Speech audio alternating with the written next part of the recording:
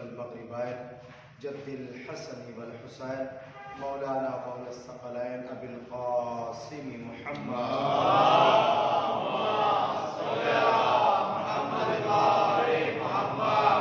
وعلى أهل بيته الطيبين الطاهرين المعصومين المسلومين المنتخبين المنتجبين ولعنة الله على أعدائهم أجمعين.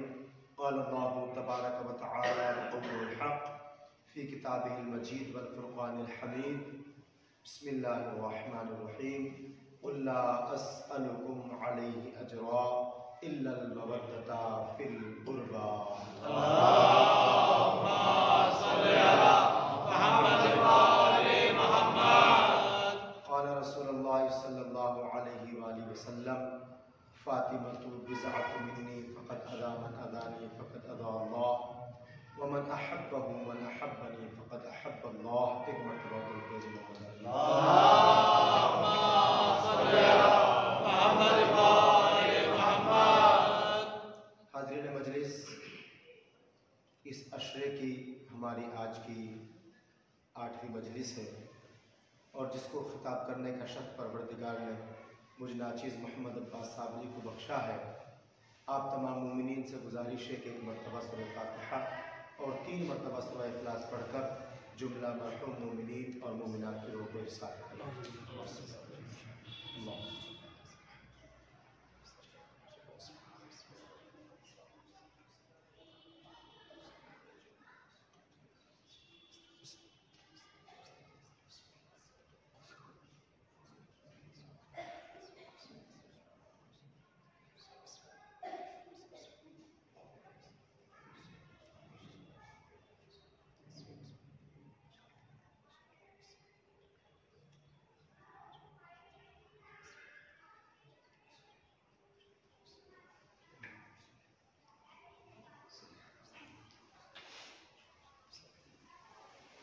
حاضرین مجلس، خطبہ مسنونہ کے بعد قرآن کی سورہ شورى کی ایک آیت کا ایک ٹکڑا میں نے آپ کی بارگاہ میں تلاوت فرمایا ہے، جس میں پروردگار ارشاد فرماتا ہے: اے محبوب، کہو ان مسلمانوں سے کہ میں تم سے کوئی سوال نہیں کرتا کسی دین کا سوائے اس کے کہ تم میری قرابت داروں سے مودت کیجیے.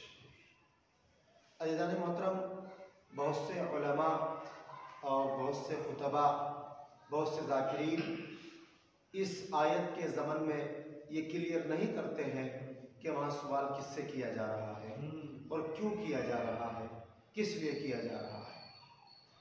ایک بہت بابرکت ہمارے برادران کی صحابہ کی فہرست میں ایک نام آتا ہے، حضرت زید بن ارقم. انہوں نے اس آیت کو جب اس کی شرح کی رسول سے روایت کرتے ہوئے انہوں نے بتایا کہ رسول کی بارگاہ میں کچھ لوگ ہاتھوں میں کچھ سامان لے کر اور دلوں میں دوسری بات لے کر رسول کی بارگاہ میں پہنچے. یعنی کہ ہاتھوں میں کچھ اور تھا، دل میں کچھ اور تھا. تو اللہ نے آیت نازل فرمائی اور کہا: محبوب، کہو ان لوگوں سے، ان مسلمانوں سے کہ ہم تم سے یہ مدینے کی کھجورے یا اشرفیے نہیں چاہتے، بلکہ اس دین کی اجرت یہ ہے کہ تم میرے قرابت داروں سے مودت کیجیے. عزیزان محترم، دین کس کا ہے اور مودت کس کی چاہی جا رہی ہے؟ دین ہے رسول کا. متفق طور پر تمام مسلمان کہتے ہیں کہ دین اسلام کی جو بانی ہے، دین اسلام کے جو مبلغ اعظم ہیں، وہ محمد مصطفیٰ صلی اللہ علیہ وسلم. اب عزیزان محترم، یہ بتایا جائے، آپ کو یہ کہا جائے کہ آج کی مجلس فلاں صاحب کی طرف سے ہے اور ان کی طرف سے آپ کو جو ہے تبرک، جو بھی چیزیں ہیں وہ تمام انتظامات ہمارے فلاں صاحب نے، کسی نے، ایک مومن نے کیا ہے. اور جب کہا جائے کہ فلاں صاحب نے کیا ہے اور ان کے لیے ایک سورہ فاتحہ کی گزارش ہے، یہ ان کے اس فاتحہ کے اس مجلس کا ایک اجر ہے کہ آپ ان کے مرحومین کے لیے ایک سورہ فاتحہ پڑھتے ہیں. تو عقل کیا کہتی ہے؟ عقل یہ کہتی ہے کہ جو مجلس کرا رہے ہیں، جو مجلس کے بانی ہیں انہی کے مرحومین کے لیے ہمیں فاتحہ کرنی چاہیے، فاتحہ خوانی ان کے لیے کرنی چاہیے۔ یہ الگ بات ہے کہ ان کے بعد ہم اپنے مرحومین کا نام بھی لے لیں۔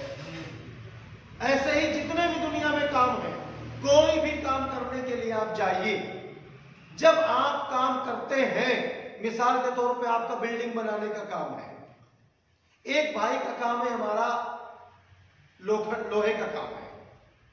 اب ہم نے کام تو بلڈنگ بنانے کا کیا، راج مستری ہیں ہم، راج مستری کی اجرت 500 روپیے ہے اور ویلڈر کی اجرت 800 روپیے ہے۔ ہم نے کام بلڈنگ بنانے کا کیا ہو اور جب اجرت لینے کی بات آئے تو ہم وہ 800 روپیے کی طرف چلے جائیں تو ایمانداری سے بتائیے تمام مسلک کے لوگ یہ کہیں گے کہ جو اجرت لے رہا ہے یہ اجرت لینا اس کے لیے جائز نہیں ہے کہ نہیں؟ تو مسلمانوں یہ بتاؤ، جب بندہ جہاں کام کرتا ہے وہیں کی اجرت لی جاتی ہے، تو دین ہمارے پاس محمد مصطفیٰ کا ہے، نماز ہمارے پاس محمد مصطفیٰ کی ہے، پوری شریعت ہمارے پاس محمد مصطفیٰ کی ہے، تو ہم جب دین محمد مصطفیٰ کا لے رہے ہیں، ہم تیرے والوں سے مودت کیسے کر لیں؟ جس سے دین لیں گے اس کے والوں سے مودت کر لیں۔ بھیجے ایک مرتبہ محمد ہے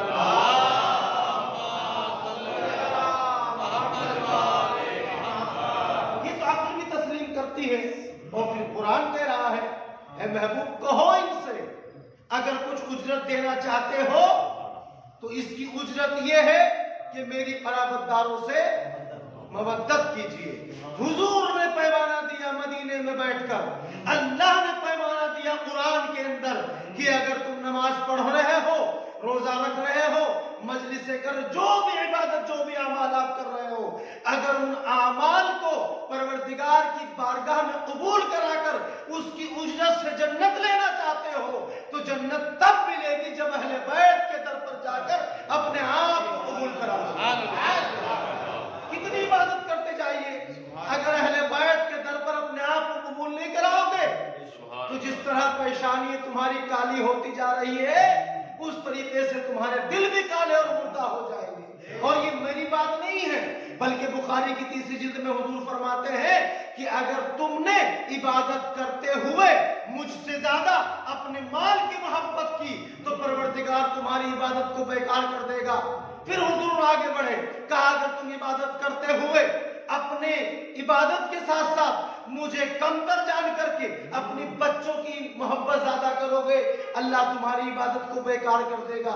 یا رسول اللہ، اگر عبادت میں بچوں کی محبت اعلیٰ نہیں ہے، افضل نہیں ہے، اور آپ کی محبت اعلیٰ و افضل ہے تو یا رسول اللہ معاف کیجئے گا، مدینے کی مسجد ہے، جمعے کا دن ہے، آپ خطبہ فرما رہے ہیں، تمام مسلکوں میں لکھا ہے، سبھی فقہ میں لکھا ہے کہ خطبے کے وقت اہل سنت کی چاروں فقہوں میں ہے کہ جب ہمارے خطیب خطبہ پڑھ رہے ہو جمعے کا اس وقت قرآن کا پڑھنا منع ہے، ذکر خدا کرنا منع ہے، تسبیح پڑھنا منع ہے۔ لیکن ہم نے ایک معاملہ دیکھا ہے مدینے کے اندر، دنیا کا کوئی کسی مدرسے کا پڑھا ہوا مولوی نہیں ہے، دنیا کا کوئی چھوٹا موٹا عالم نہیں ہے، دنیا کا کوئی مفتی نہیں ہے، دنیا کا کوئی شیخ الحدیث نہیں ہے، دنیا کا کوئی مدرسے کا ناظم نہیں ہے، بلکہ دین کے ناظم، دین کے بانی مدینے میں خطبہ دے رہے ہیں، بتا رہے ہیں کہ اللہ یوں ہے، اللہ کی معرفت اس طرح کیجئے، عبادت اس طرح کیجئے۔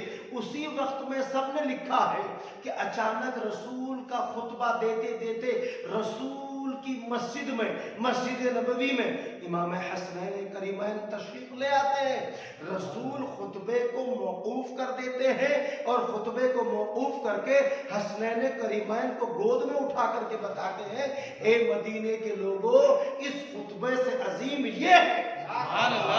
لوگوں نے اعتراض کیا یا رسول اللہ آپ نے کل پچھلے خطبے میں بتایا تھا کہ جب خطیب خطبہ دے تو تسبیح نہ پڑھنا، عبادت نہ کرنا، بلکہ خطبہ خطبے کو بغور سننا یہی تمہاری عبادت ہے؟ یا رسول اللہ آپ نے قرآن کی آیت پڑھ کر سنائی کہ عبادت میں سب سے زیادہ اگر کسی کی محبت کا خیال رکھنا ہے تو وہ میری اور میری آل کا رکھنا ہے۔ یا رسول اللہ آپ تو ہمارے لیے آئیڈیل ہے، آپ جو ہمیں کہتے ہو کہنے سے پہلے کر کے بتاتے ہو۔ آج آپ کی اولاد آ گئی تو آپ نے خطبے کو چھوڑ کر اپنی اولاد کو اٹھا لیا۔ رسول فرماتے ہیں اے مدینے کے لوگوں، میری حسین کو اپنے بچوں کی طرح نہ کرو۔ مسلمانوں کے منہ میں رسول نے توجہ دیا کہ جب میرا بچہ تمہارے بچوں کے جیسا نہیں ہو سکتا تو پھر میں رسول ہو کر تم جیسا کیسے ہو سکتا؟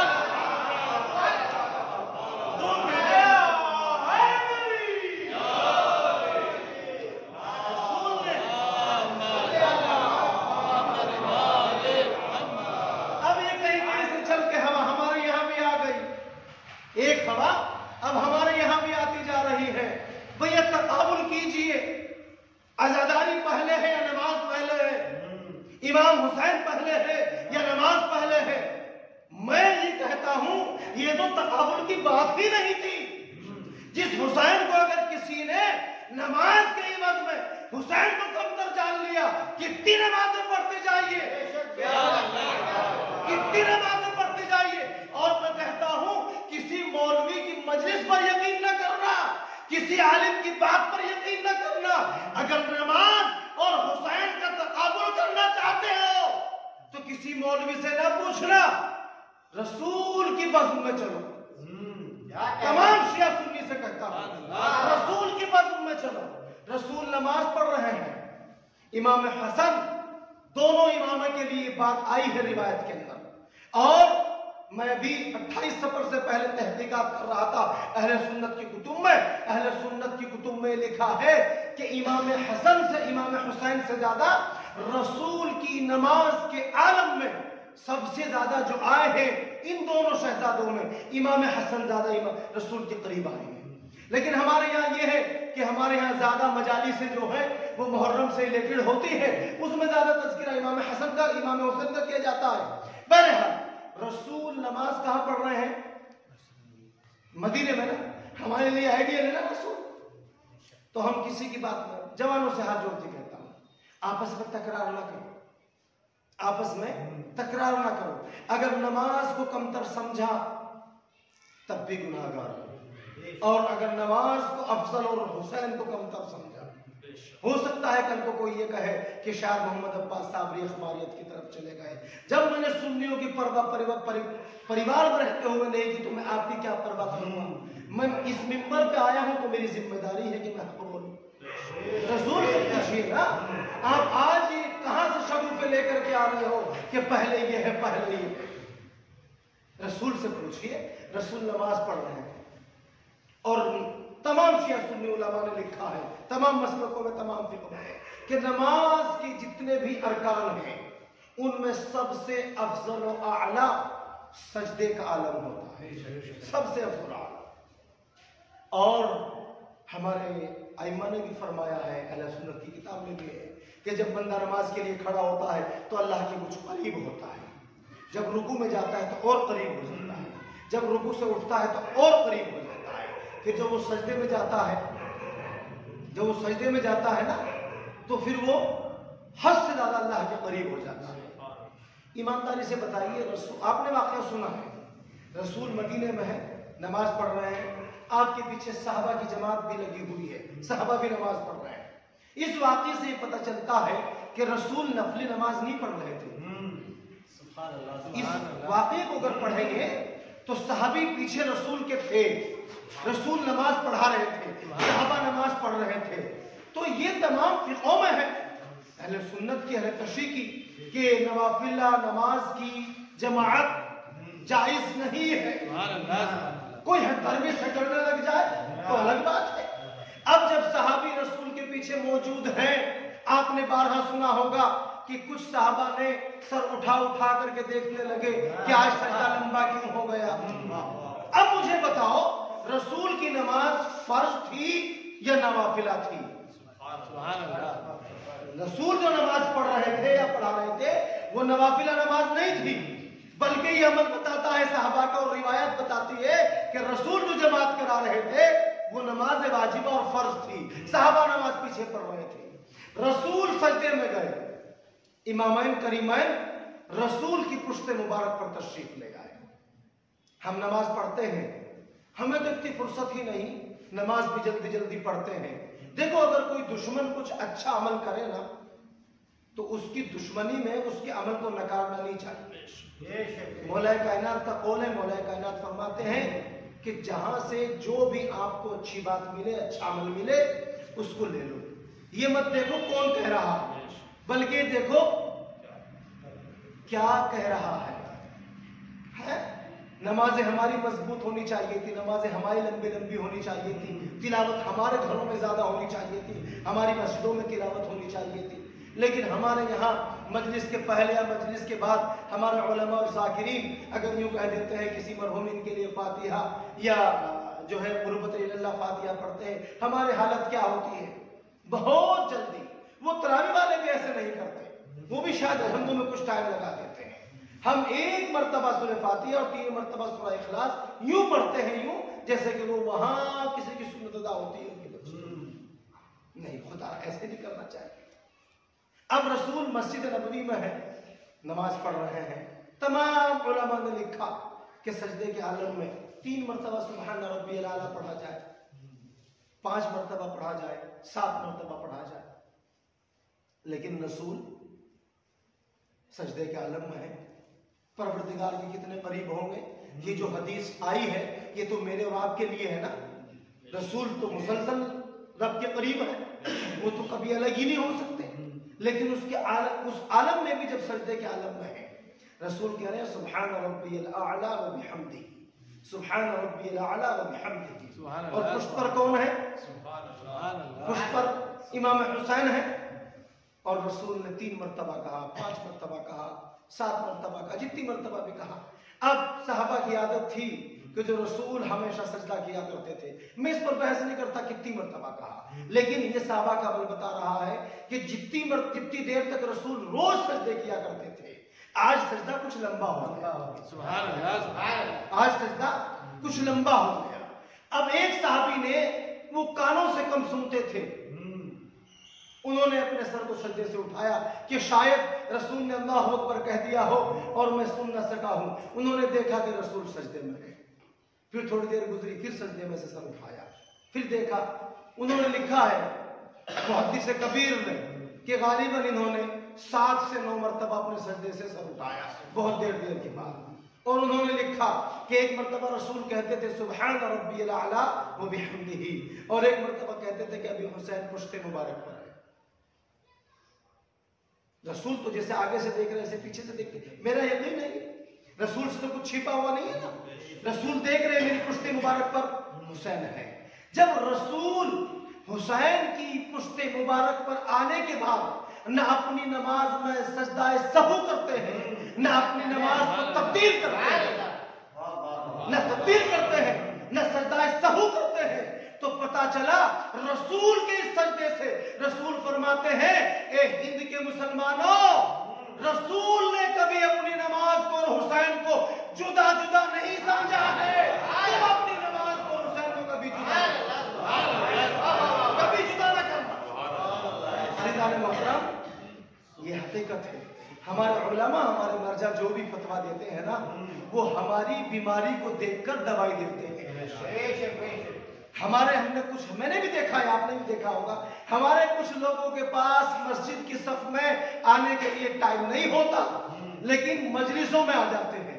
تو جب ہمارے مرجع کرام کے سامنے یہ نوعیت پہنچی تو انہوں نے ایک دوائی دی، کہا بھائی اگر عزاداری میں آ رہے ہیں تو عزاداری کے ساتھ ساتھ مسجد کی صفوں میں بھی آؤ، نمازیں بھی قائم کرو، لیکن اب یہ نہیں ہونا چاہیے کہ اسی پہ 2 گھنٹے تقریریں ہو رہی ہیں، 4 گھنٹے اسی پر جو مجلسیں ہو رہی ہیں، نہیں بھائی پہلے یہ بعد میں یہ، بعد میں یہ پہلے وہ، نہیں عزیز، ہماری اور دشمنوں کی نماز میں یہی تو فرق ہے نا، سبحان اللہ، ہماری اور دشمنوں کی نماز میں یہی تو اصل فرق ہے نا، کہ ہم اور وہ نماز میں تو وہ بھی اہل بیت کو یاد کرتے ہیں۔ امام شافعی نے فرمایا ہے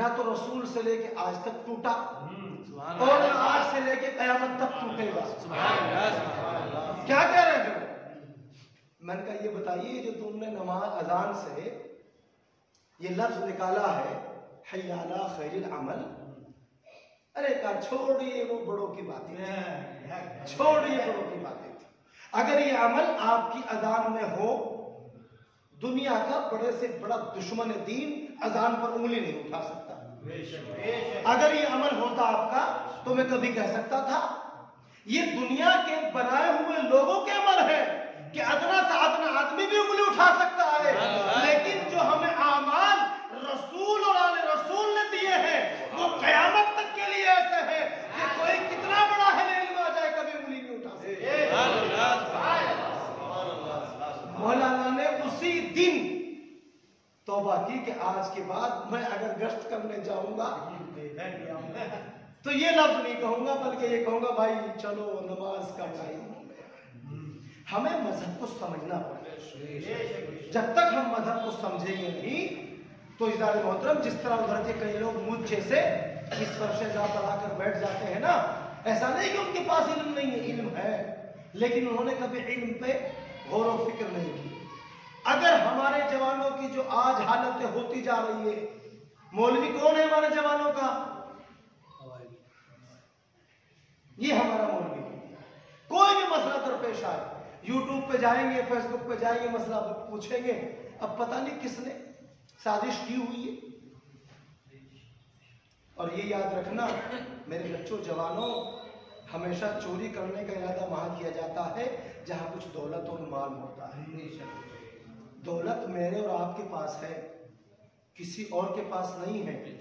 اس لیے یہ واقعہ رسول کے زمانے میں بھی ایک صحابی نے عرض کیا تھا رسول سے، یا رسول اللہ ہم بڑی نماز پڑھتے ہیں، بڑی نماز پڑھتے ہیں، آپ کے چاہنے والے ہیں، لیکن جیسے ہی ہم مسجد میں آتے ہیں اور مسجد میں آنے کے پاس چاہے وہ آپ کی بزم ہو یا عبادت ہو، نماز ہو، فوراً ہمارے دل میں نہ جانے گھر کے خیال، بچوں کے خیال آ جاتے ہیں. اور میں فلاں صاحب سے ملا تھا، وہ آپ کے منکر ہیں، لیکن وہ یہ کہہ رہے کہ جب ہم اپنی عبادت خانے میں جاتے ہیں، مسجد میں جاتے ہیں، جو بھی ان کا عبادت خانہ تھا، ہمیں کوئی خیال نہیں آتا، بس ہم تو وہاں جاتے ہیں اور اپنی جو دھارمک کتاب ہے اس کو پڑھتے ہیں اور یوں کر کے جو ہے ہمیں کوئی خیال نہیں آتا، ہم بالکل ان کے خیال کی طرف خیال رکھتے ہیں. یا رسول اللہ کیا ہمارا دین کمزور ہے؟ تو رسول نے فرمایا کہ یہ بتاؤ چور چوری کرنے کہاں جاتا ہے؟ چور چوری کرنے کہاں جائے؟ جس کے مکان میں کچھ دولت نہ ہو وہاں جاتا ہے، یا جہاں دولت ہو وہاں جاتا ہے؟ اس بندے نے کہا کہ یا رسول اللہ جہاں دولت ہوتی ہے وہیں جاتا ہے. کہا وہ تو شیطان کے بچے ہیں، ان کے پاس کچھ ہے ہی نہیں. شیطان ہے دشمن، دولت ہے تمہارے پاس، وہ تمہاری دولت چھیننا چاہتا ہے، اس لیے تمہارے دل میں وسوسے ڈالتا ہے. تو خدارا ہر طرف سے ہمیں لوٹنے کی کوششیں کی جا رہی ہیں، کہیں واٹس ایپ کے ذریعے، کہیں سوشل میڈیا کے اور اکاؤنٹ کے ذریعے. خدارا اپنی فکر کیجئے. میں نے کل مجلس میں کہا تھا نا کہ سب سے پہلا جو سوال ہوگا ہم سے میرے بارے میں ہوگا، پھر میری اولاد کے بارے میں ہوگا، اور اگر محلے پڑوس کے بارے میں کوئی سوال ہوگا تو وہ یہ ہوگا کہ جب تم نے کھانا کھایا تھا، کھانا کھا کر کے تم تو سو گئے تھے لیکن تمہارا پڑوسی بھوکا تھا، تم نے اس کو کھانا کھلایا تھا نہیں کھلایا. سبحان اللہ سبحان اللہ. اگر ہم ائمہ معصومین کی سیرت کو پڑھیں گے تو ہمارے امام موسیٰ کاظم علیہ السلام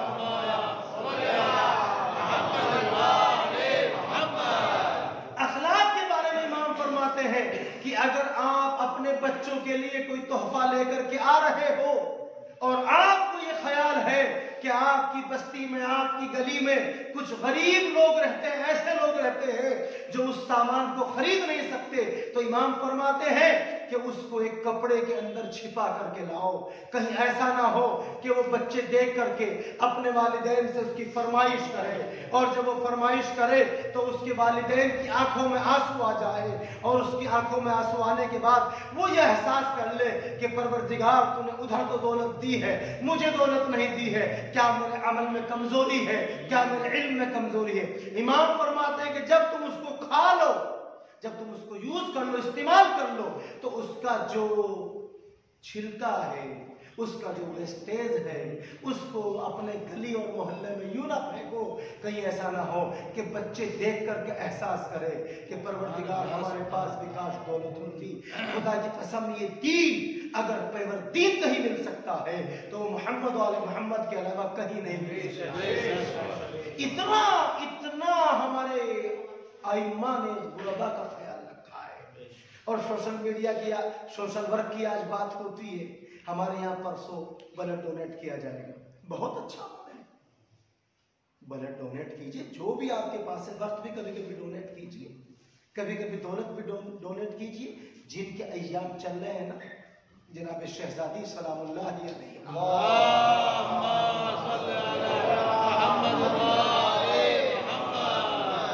آپ سے پوچھا گیا کہ آپ کو سب سے زیادہ عزیز کیا ہے؟ جناب شہزادی فرماتی ہے مجھے 3 چیزیں بہت پسند ہیں، 3 چیزیں آج کی مجلس کا میسج۔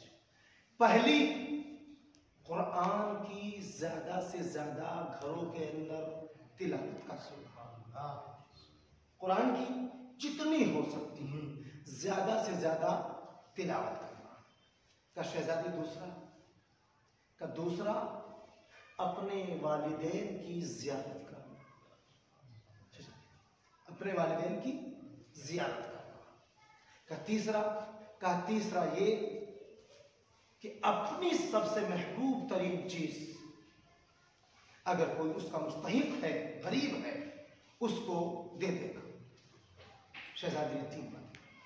جب ہم نے شہزادی کی زندگی کو پڑھا، عورتوں کو گھروں میں بہت ساری چیزیں پسند ہوتی ہیں، لیکن عورت کو ایک چیز بہت پسند ہوتی ہے، اپنی اولاد کے جو اس کا شادی کا لباس ہوتا ہے، وہ عورت کے اندر ایک صفت ہے، اس کو بڑا پسند ہوتا ہے۔ پہلی شادی کا جو لباس ہوتا ہے، فرسٹ ٹائم کا، اس کو بڑا پسند ہوتا ہے۔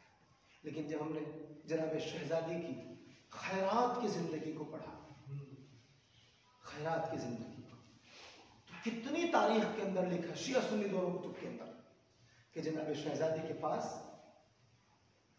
کوئی خاتون آئی اور اس نے آ کر کے کہا کہ میرے پاس کپڑے نہیں، میرے پاس کپڑے نہیں۔ تو شہزادی نے اپنا وہ لباس جو شادی کا لباس تھا وہ اس خاتون کو دے دیا، اور وہ لباس علماء نے لکھا ہے کہ وہ لباس جو پرانا لباس تھا وہ جناب شہزادی نے زیبتاً فرمایا۔ بتائیے، صرف اور صرف آپ کو معصومین کی زندگی ایسی ملے گی کہ جو عمل پہلے کرتے ہیں اور حکم بعد میں دیتے ہیں۔ آپ نے پہلے کر کے دکھایا، اور وہ واقعہ آپ نے کئی بار مجلسوں میں سنا ہوگا، سورہ طہر کا واقعہ، اور بھی کئی چیزیں اس طرح کی ہیں۔ تو ان مجلس میں 3 چیزیں لے کر کے جاؤ۔ پہلے یہ کہ جتنا ہو سکتا ہے قرآن کو لحن کے ساتھ، تجوید کے ساتھ، بہترین طریقے سے غور و فکر کے ساتھ اس کو پڑھنا شروع کرو۔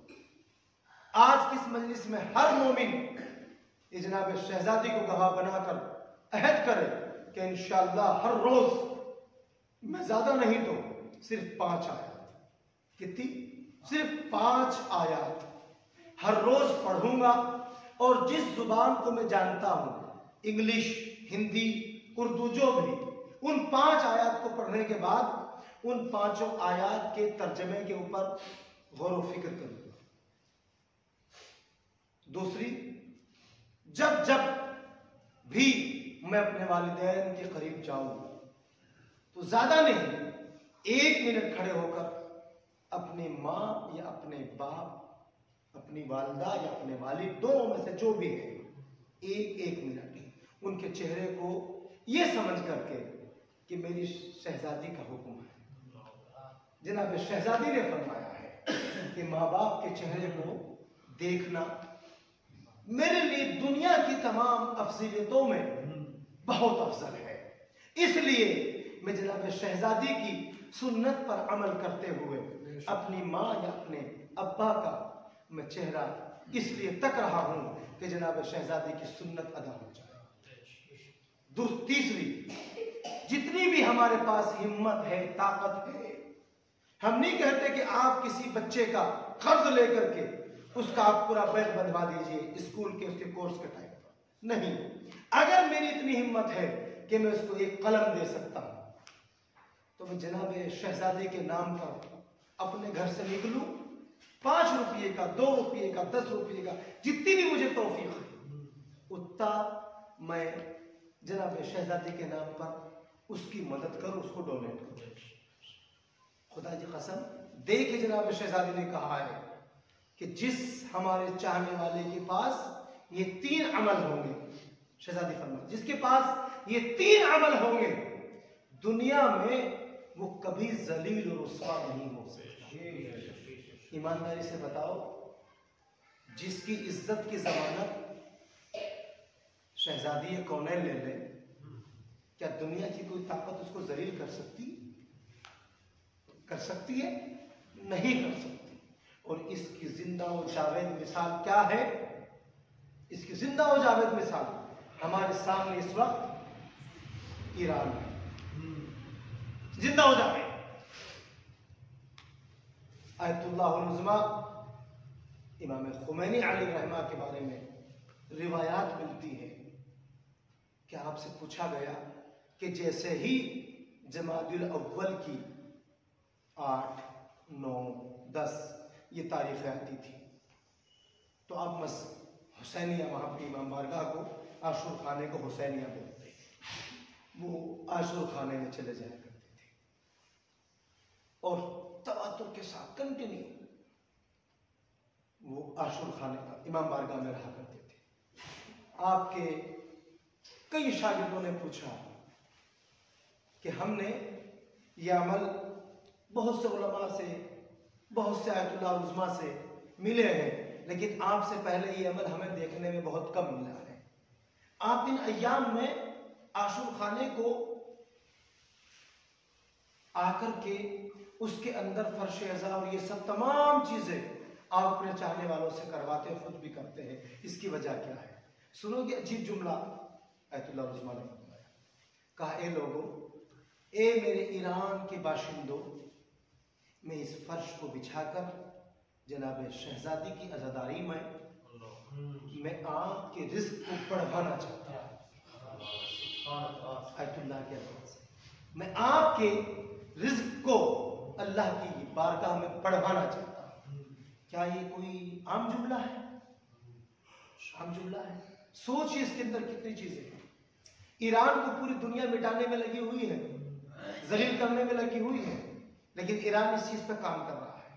سب سے زیادہ اگر آپ کے اور میرے اوپر جو لگا ہوا ایک الزام تھا قرآن کے متعلق، سب سے زیادہ اگر اس پر کسی نے کام کیا ہے تو وہ ایران نے کیا ہے۔ سب سے زیادہ قرآن کی تلاوتیں ہو رہی ہیں، اتنے بڑے بڑے کانفرنس ہوتے ہیں ایران میں بھی، ایران سے باہر بھی، ورلڈ لیول کے جو کانفرنس ہوتے ہیں ان میں ایران کے چھوٹے چھوٹے بچے قرآن کا مسابقہ جیت کر کے جاتے ہیں۔ قرآن کا مسابقہ۔ تو یہ چیزیں ہم اپنے یہاں خالی رمضان میں نہیں کہ رمضان میں ہی ہم تلاوت کریں گے، نہیں، ہم اس کو اپنے عمل میں لائیں۔ ایام فاطمیہ چل رہے نا، اس کو اپنے عمل میں لائیں۔ اور عزیزان محترم، پھر دوسری اپنے والدین کی زیادہ، آپ تاریخ پڑھیے گا، میں نے کل بھی مصائب کے شروعات میں جملے پڑھے تھے کہ جناب زہرا ہمیشہ اپنے والد کی زیارت کیا کرتی تھی اور والد جناب زہرا کی زیارت کیا کرتے تھے۔ ادب کتنا تھا! یہ سارے معاملات کیوں تھے؟ کبھی غور کیا؟ ان کا کوئی بھی عمل بغیر علت کے نہیں ہوتا ہے، ہر عمل کے پیچھے کوئی نہ کوئی علت ہوتی ہے۔ رسول بتا رہے ہیں، اے مکے کے لوگوں، اے مدینے کے لوگوں، تم بیٹی کی عزت کم کیا کرتے تھے نا، تم بیٹیوں کو زندہ زمین میں گاڑ دیا کرتے تھے نا، دیکھو اگر بیٹی کے مقام کو سمجھنا ہے تو میں اپنی بیٹی کی کس طریقے سے عزت کر کے بتا رہا ہوں، کیونکہ تمام انسانوں کے لیے، ہم یہاں کہیں پر اپنے آپ کو یہ کہتے ہیں صرف مسلمانوں کے لیے نہیں، رسول اللہ تمام انسانوں کے لیے آئیڈیل ہے. کوئی مانے نہ مانے وہ الگ بات ہے. تمام انسانوں کے جو مرد سب کے لیے آئیڈیل ہے. اور جناب زہرا تمام خواتین کے لیے آئیڈیل ہے. جو عمل وہ کرتے گئے وہ ہمارے خواتین کے لیے آئیڈیل. جو رسول اسلام نے کیا وہ ہمارے تمام مردوں کے لیے آئیڈیل. اب جناب زہرا اپنے بابا کی زیارت کر رہی ہے اور بابا جناب زہرا کی زیارت کر رہے ہیں. اور کتنا ادب ہے کہ جب آپ آتے ہیں تو رسول خدا بیٹی کو دیکھ کر اٹھ جاتے ہیں. اور خالی اٹھتے نہیں ہیں بلکہ جس کی قرآن میں اللہ نے قسمیں کھائی ہیں, جس کی اللہ نے قرآن میں تعریف کی ہے, یا ایھا المدثر یا ایھا المزمل, کیا ہے وہ رسول کی چادر ہے. وہ رسول کی چادر ہے. اور وہ کون سی چادر ہے؟ وہ یہی چادر ہے جس کی اللہ قسمیں کھا رہا, تعریف کر رہا ہے.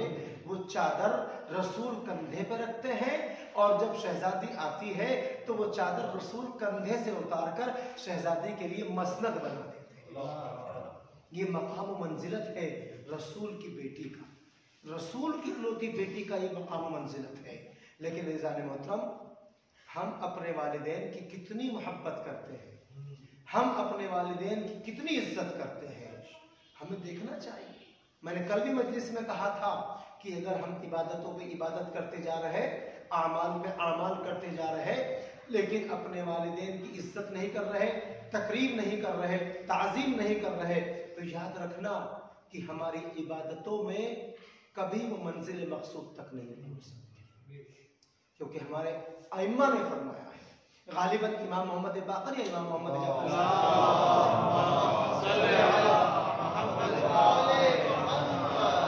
امام فرماتے ہیں کہ اگر کوئی شخص پوری زندگی کے اچھے دنوں میں بالخصوص جمعے کے دن اگر وہ دعا کر رہا ہے, رو کر دعا کر رہا ہے, کئی لمحوں تک وہ دعا کر رہا ہے, لیکن اس کے والدین میں سے کوئی ایک اس سے ناراض ہے, امام فرماتے اس کی دعا زمین و آسمان کے بیچ میں معلق ہو جاتی ہے. وہ دعا نہ اوپر جاتی ہے نہ نیچے جاتی ہے. جب وہ دعا بیچ میں رہتی ہے نا, پھر وہ اللہ سے کہتی ہے پروردگار اس بندے نے مجھے مانگا, اس کو تو قبول کر لے. اللہ کہتا ہے کہ اس کا والد یا اس کی والدہ اس سے ناراض ہے. جس کے والدین میں سے کوئی ایک ناراض ہوتا ہے ہم اس کی دعا مقبول نہیں کرتے. پھر امام فرماتے ہیں کہ یہ دعا اس بندے کے لیے بد دعا کرتی ہوئی اور لعنت کرتی ہوئی اس کی طرف پلٹ جاتی ہے. تو آج ہماری دعاؤں میں اثر کیوں نہیں ہے؟ ہمارے کچھ جوانوں کے پاس یہ ایک بہانہ ہو سکتا ہے کہ ہمارے والدین میں سے کوئی ایک بھی نہیں ہے, کوئی ایک بھی نہیں ہے. ہم کس کی زیارت کریں, کس کی زیارت کریں؟ تو ہمارا جو مذہب ہے نا, صرف آپ کو تمام مذہبوں میں اسلام مذہب ایسا ملے گا کہ جو آپ کو کسی موقع پر بھی تنگ دستی میں مبتلا نہیں کرتا, کسی موقع پہ بھی کبھی تنگ دستی میں مبتلا نہیں کرتا. اور مذہب اسلام میں بہت سی مسلکیں ہیں, تمام مسالکوں میں واحد اہل بیت کی مسلک اور مذہب ایسا ہے کہ جو آپ کو کسی موقع پر بھی ایسا نہیں کرتا کہ تم اٹل ایسے ہی رہو. نہیں, ہمارا مذہب بتاتا ہے کہ اگر نماز آپ بیٹھ کر نہیں پڑھ سکتے, کھڑے ہو کر نہیں پڑھ سکتے تو بیٹھ کے پڑھیے, بیٹھ کے نہیں پڑھ سکتے تو لیٹ کے پڑھیے. ہے کہ نہیں ہے؟ اسی طریقے سے اور بہت ساری چیزیں ہیں جو بالکل ہمارے یہاں بالکل کہیں سے کہیں تک بھی جائز نہیں ہے, لیکن اگر ہماری جان پر بن جائے تو اسلام کہتا ہے جان بچانا ضروری ہے, جان بچانا ضروری ہے. اور دوسروں کے یہاں کیا ملے گا آپ کو؟ واحد فرق ہے مذہب اہل بیت اور دوسروں کے مذہب میں. ان کے یہاں دو چیزیں ہوں گی, یا تو وہ ادھرمی ہو جائے گا, یا تو وہ ادھرمی ہو جائے گا. مثال کے طور پر ہمارے برادران کہتے ہیں کہ اگر آپ نے روزہ رکھا تو تراویح پڑھیے, اگر تراویح نہیں پڑھو گے تو روزہ اللہ کی بارگاہ میں مقبول نہیں ہوگا.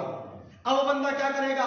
اس نے روزہ رکھا, تراویح پڑھ نہ سکا, تو وہ مولویوں کی نظر میں ادھرمی ہو گیا. اور جب اس کو کسی نے زیادہ ٹارچر کیا تو وہ کیا کہے گا؟ پھر اس کے اندر اکڑپن آ جاتا ہے. وہ کیا کہتا ہے؟ اچھا جب دن بھر بھوکا رہنے سے یہ مقبول ہی نہیں ہو رہا تراویح پڑھے بغیر، چلو میں تراویح بھی نہیں پڑھتا، روزہ بھی نہیں رکھتا. ہوتا ہے ایسا. لیکن واحد مذہب اہل بیت ایک ایسا مذہب ہے کہ آپ کو کہیں مجبور نہیں کرتا. کتنی آسانی آپ کو دی ہے. اگر آپ کے پاس ٹائم کم ہے، آپ کہیں بیزی ہیں، مصروف ہیں، نمازیں ملا کر پڑھ لو. پڑھی جا رہی ہے نا ہمارے یہاں، بہت سے اعمال ہے نا، لیکن اس کے باوجود بھی ہماری عبادتوں میں کمی ہے.